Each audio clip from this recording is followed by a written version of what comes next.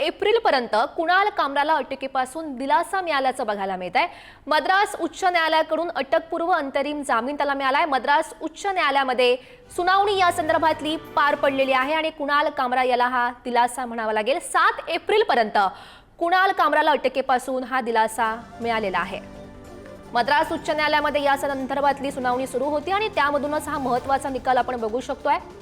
या संदर्भात अधिकची माहिती जाणून घेऊयात। आमचे प्रतिनिधी पद्मेश पवार सध्या आपल्या सोबत आहेत।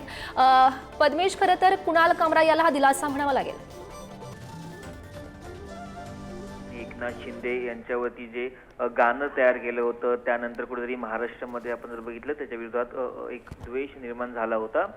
त्यामुळे अनेक ठिकाणी खार असेल किंवा बांद्रा असेल अनेक ठिकाणी त्याच्यावरती FIR देखील दाखल झाल्या होत्या। त्यानंतर आपण बघितलं तर कुणाल कामरा हा पॉंडिचेरीचा रहिवासी आहे। त्याने मद्रास हायकोर्टामध्ये धाव घेतली होती आणि कुठेतरी आम्हाला संरक्षण मिळावं यासाठी त्याने मद्रास हायकोर्टमध्ये त्याच्या वकिलामार्फत एक याचिका दाखल केली होती। त्यामध्ये निकाल असा आला आहे की 7 एप्रिलपर्यंत त्याला अटक न करण्याचे आदेश आता हायकोर्टाने दिल्याचं आपल्याला पाहायला मिळते। त्यामुळे 7 एप्रिलपर्यंत त्याची जी अटक आहे ती होणार नसल्याचं आपल्याला पाहायला मिळते।